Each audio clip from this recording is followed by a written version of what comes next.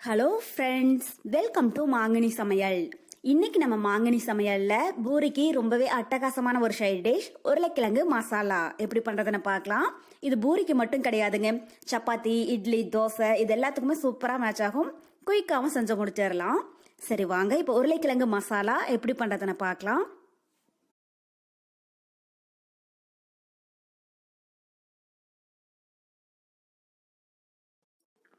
உருளைக்கிழங்கு மசாலா பண்றதுக்கு மீடியம் சைஸ்ல 4 உருளைக்கிழங்கு வேக வச்சு எடுத்துருக்காங்க. இது 300 கிராம் அளவு. இது மீடியம் சைஸ் உருளைக்கிழங்கு அப்படிங்கறதுனால நான் முழுசாவே போட்டு வேக விட்டுட்டேன். இதே பெருசா இருந்துச்சுன்னா 2 கட் பண்ணிட்டு தேவையான அளவு தண்ணி விட்டு ஒரு 4 விசில் வேக விடுங்க. உருளைக்கிழங்கு நல்லா சாஃப்டா வெந்து வந்துடும்.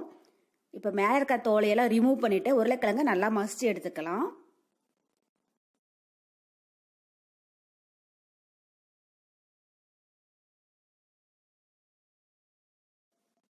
பாருங்க, இப்ப உருளைக்கிழங்குல தோல் எல்லாம் நீக்கியாச்சு. அடுத்தது இதை சின்ன சின்ன பீசஸா மசிச்சு எடுத்துக்கலாம்.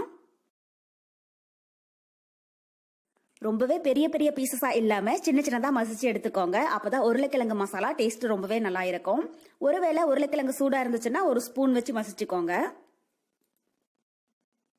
பாருங்க, இப்ப எல்லா உருளைக்கிழங்கையுமே நல்லா சாஃப்டா மசிச்சு எடுத்தாச்சு. அடுத்தது நம்ம உருளைக்கிழங்கு மசாலா ரெடி பண்ண ஆரம்பிச்சிடலாம். அதுக்கு ஒரு கடாயில 2 டேபிள் ஸ்பூன் எண்ணெய் சேர்த்து சூடுபடுத்திடுங்க.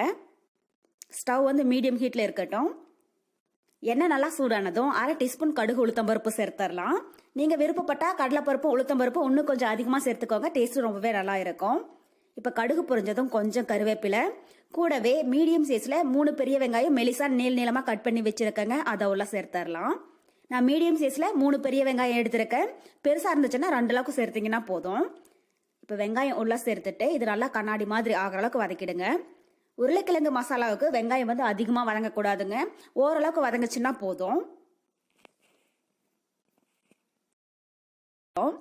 பாருங்க, இப்ப வெங்காயம் நல்லா கண்ணாடி மாதிரி வதங்கிடுச்சு. இப்ப இது கூட காரத்துக்கு 3 பச்சை மிளகாய் கட் பண்ணி வச்சிருக்கேன். அதை உள்ள சேர்த்தரலாம். நான் 3 பச்சை மிளகாய் எடுத்திருக்கேங்க. நீங்க உங்க காரத்துக்கு தகுந்த அளவுக்கு கூடவோ குறைக்கவோ சேர்த்துக்கோங்க. கூடவே 1/4 இன்ச் அளவுக்கு இஞ்சி 1-2 தட்டி வச்சிருக்கேன். அதையும் உள்ள சேர்த்தரலாம். சேர்த்துட்டு இஞ்சியுடைய பச்சை வாசனை போகிற அளவுக்கு நல்லா வதக்கிடுங்க. இஞ்சி 1/4 இன்ச் அளவுக்கு சேர்த்தீங்கன்னா போதும், அதிகமா சேர்க்க வேண்டியது கிடையாது. நம்ம இஞ்சி சேர்த்து செய்யற போது டேஸ்ட் ரொம்பவே நல்லா இருக்கும். பாருங்க, இப்ப இஞ்சியுடைய பச்சை ஸ்மெல் போயிடுச்சு. இது கூட மீடியம் சைஸ்ல ஒரு தக்காளி கட் பண்ணி வச்சிருக்கேன். அதை உள்ள சேர்த்தரலாம். நாம உருளைக்கிழங்கு மசாலாவுக்கு தக்காளி சேர்த்தும் செய்யலாம், சேர்க்காமலும் செய்யலாம். நம்ம தக்காளி சேர்த்து செஞ்சோம்னா அதோட டேஸ்ட் இன்னும் நல்லா எடுத்து கொடுக்கும். அதனால அதிகமா சேர்க்க வேண்டாம், மீடியம் சைஸ்ல 1 சேர்த்தீங்கன்னா போதும். கூடவே வெங்காயம் தக்காளி வதங்குறதுக்கு கொஞ்சமா உப்பும் மஞ்சள் தூளும் சேர்த்துடுங்க. சேர்த்துட்டு தக்காளி நல்லா சாஃப்ட் ஆகிற அளவுக்கு வதக்கிடலாம். உங்களுக்கு ஒருவேளை புளிப்பு டேஸ்ட் ரொம்ப பிடிக்கும் அப்படின்னா கூட இன்னொரு தக்காளி கூட எக்ஸ்ட்ரா சேர்த்துக்கோங்க. 1 சேர்த்தாலே அதோட டேஸ்ட் ரொம்ப நல்லா இருக்கும். உங்களுக்கு புளிப்பு டேஸ்ட் பிடிச்சா மட்டும் இன்னொன்னு எக்ஸ்ட்ரா சேர்த்தீங்கன்னா போதும். பாருங்க, இப்ப வெங்காயம் தக்காளி நல்லா சாஃப்டா வதங்கிடுச்சு. இது கூட நம்ம மசிச்சு எடுத்து வச்சிருக்கிற உருளைக்கிழங்கு உள்ள சேர்த்துடலாம். சேர்த்துட்டு ஒரு டைம் லைட்டா வதக்கிடுங்க. உருளைக்கிழங்கு பீசஸ் ஒருவேளை பெருசா இருந்துச்சுன்னா கூட கரண்டில நல்லா மசிச்சு விட்டுக்கோங்க. எந்த அளவுக்கு உருளைக்கிழங்கு நல்லா மசிஞ்சிருக்கோ அந்த அளவுக்கு மசாலாவும் டேஸ்ட் ரொம்பவே நல்லா இருக்கும்.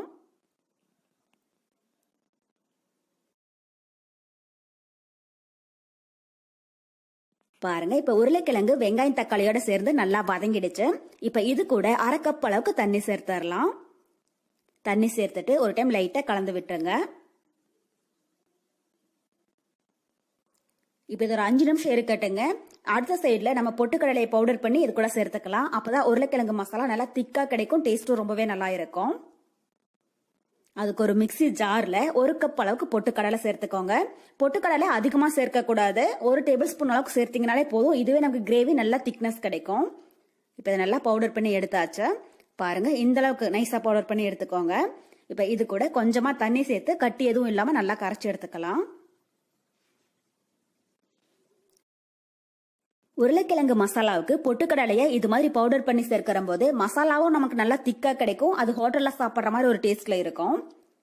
அதிகமா சேர்க்க கூடாது. 1 டேபிள் ஸ்பூன் அளவுக்கு சேர்த்தீங்கனாலே போதும். அதுவே அளவு சரியா இருக்கும்.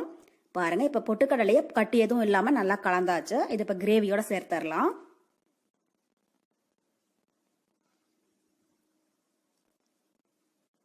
சேர்த்துட்டு கூடவே இன்னும் ஒரு 1/2 கப் அளவுக்கு தண்ணி சேர்த்துக்கோங்க.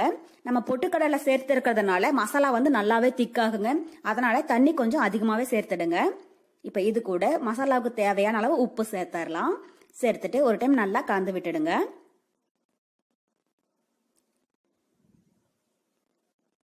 பாருங்க, இந்த அளவுக்கு கொஞ்சம் தண்ணியா இருக்கணும். இது வெந்து வரும்போது இன்னும் நமக்கு நல்லா திக்காயிடும்.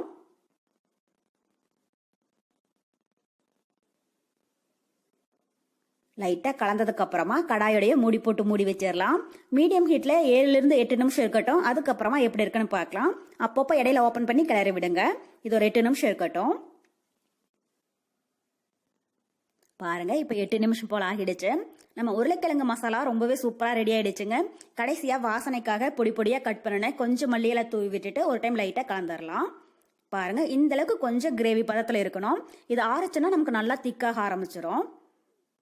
அவ்வளோதாங்க, நம்ம உருளைக்கிழங்கு மசாலா ரெடி ஆயிடுச்சு. இந்த ஸ்டேஜில் நம்ம ஸ்டவ் ஆஃப் பண்ணிடலாம்.